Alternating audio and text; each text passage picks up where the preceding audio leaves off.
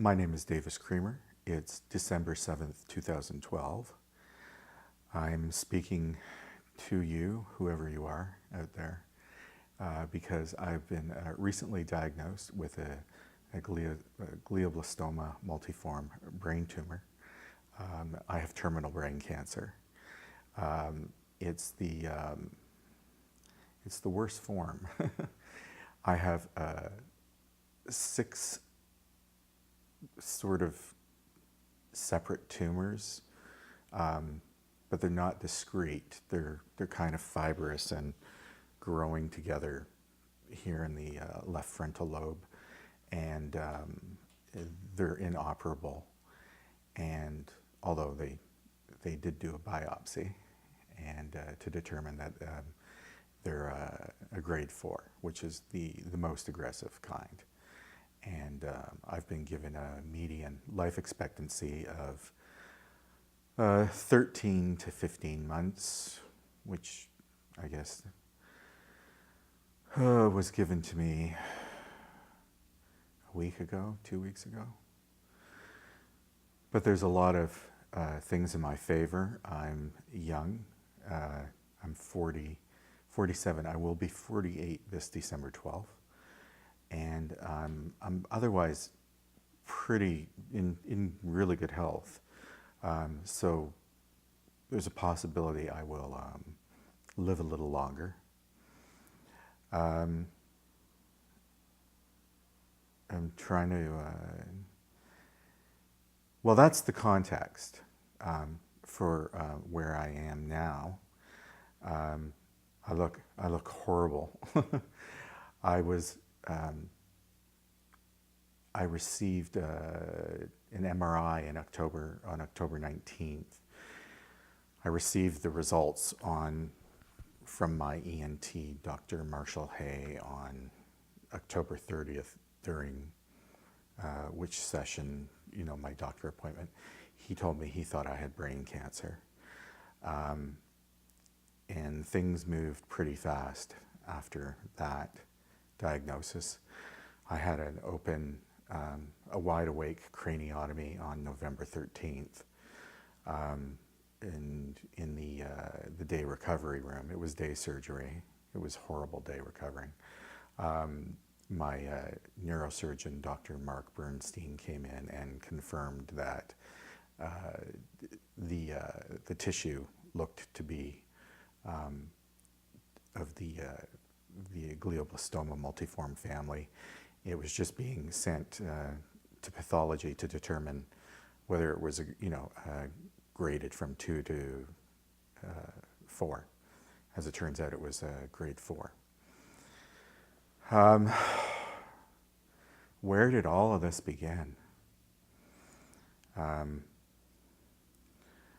I guess I was looking through my diary last summer, and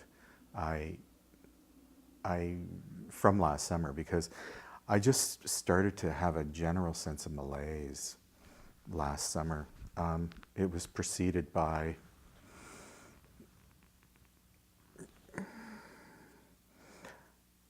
there were a couple of panic attacks that I had, and this, I've never had one before.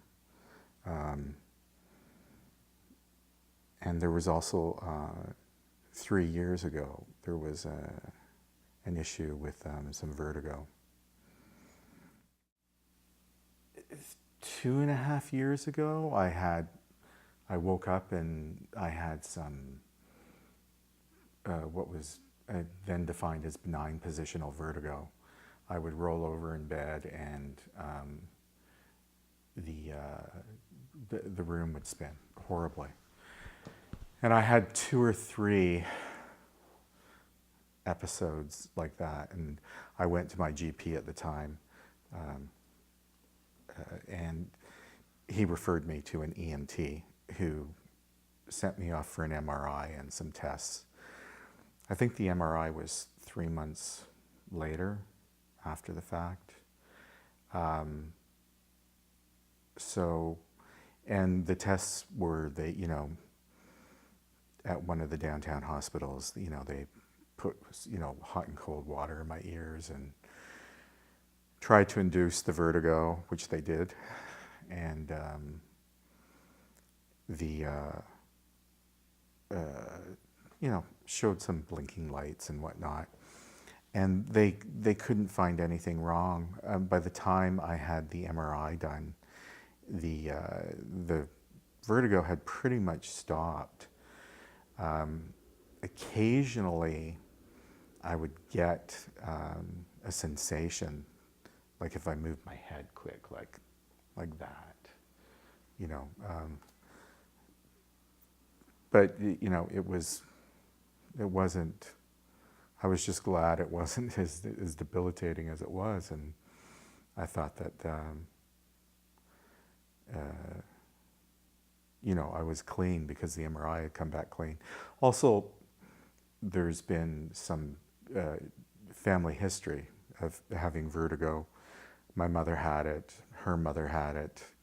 My mother's sister Narda recently had it, and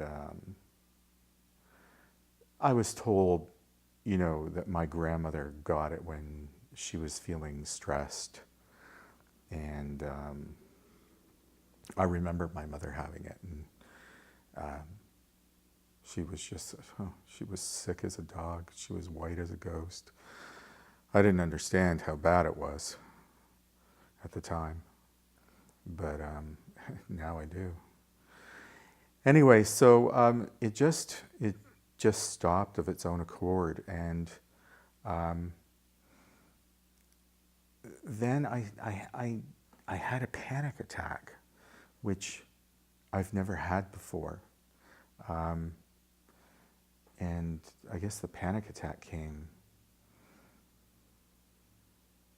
I don't know, a few months later, I guess 2 years ago, this fall.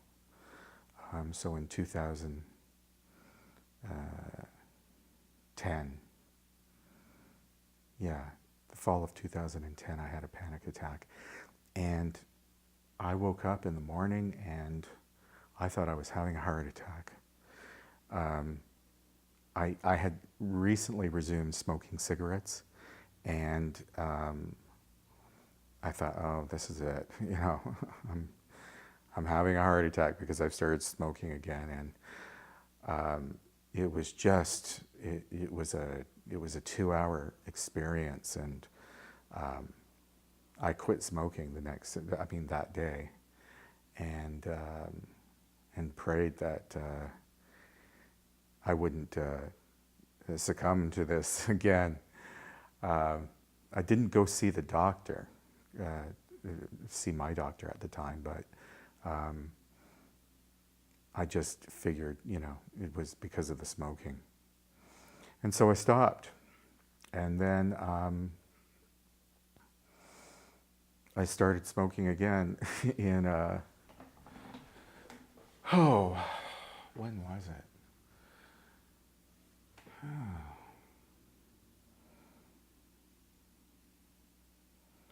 I guess maybe 6 months later. Or a few months later. Who knows? I was also starting to, I've always been a heavy drinker, and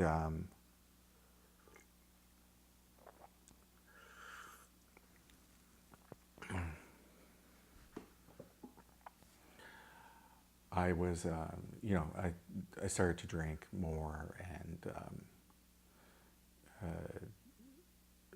smoke more, and occasionally I, threw some marijuana into the equation, and it was, I was working fairly hard, and also was working in my spare time on our album I'm in a group called Savage Peace.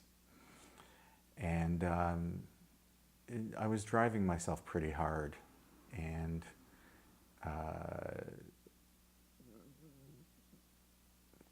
there was a lot of, I guess, stress in my life.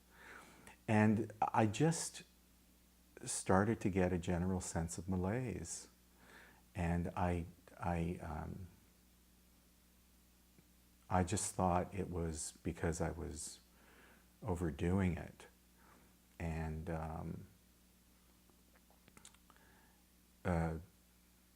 so I continued to push, and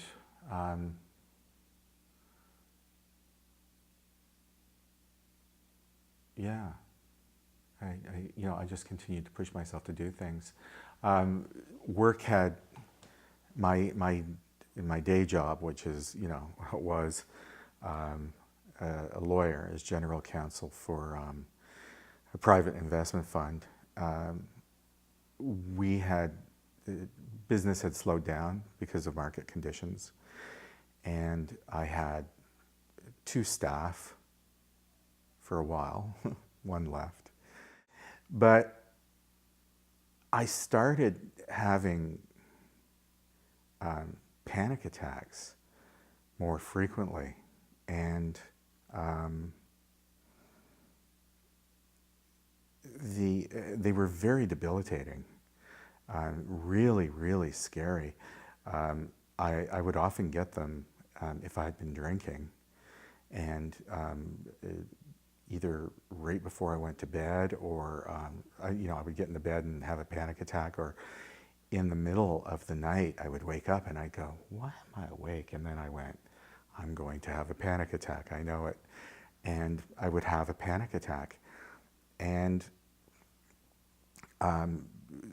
they just started coming much more frequently.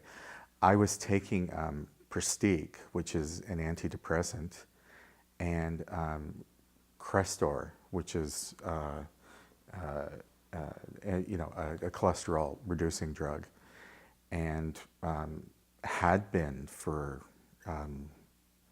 I guess about 2 years at that point, maybe 2.5.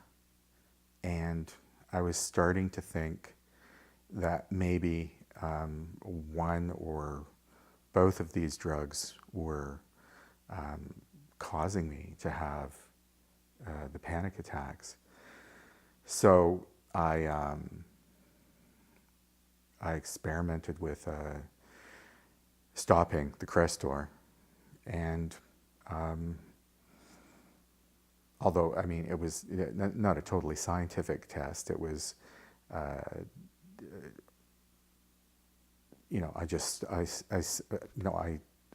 I ceased using it for a few weeks, and still I would get the panic attacks, and so I quit smoking, and I decided that I was going to go off Prestige. And in January of 2012, I, under my doctor's supervision, I stopped taking Prestige.